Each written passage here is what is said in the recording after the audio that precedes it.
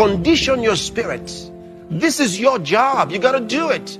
The more you meditate on the word, the more your spirit is conditioned. For example, if you used to fear, all right, if you used to fear, maybe fear of dark places, fear of the future, fear of being harmed, fear of being attacked by something, fear of failure, all kinds of fear. If you used to have those kind of fears, whatever kind, meditate on the word.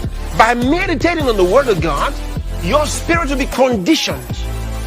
Your personality will be altered with glory.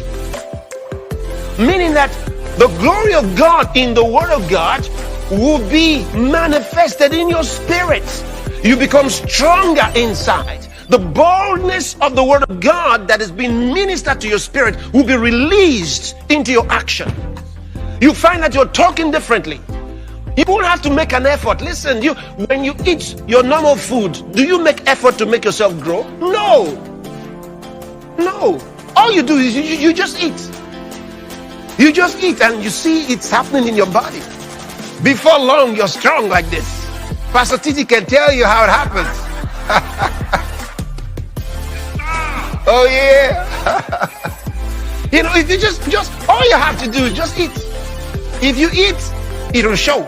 Sooner or later. Just be consistent.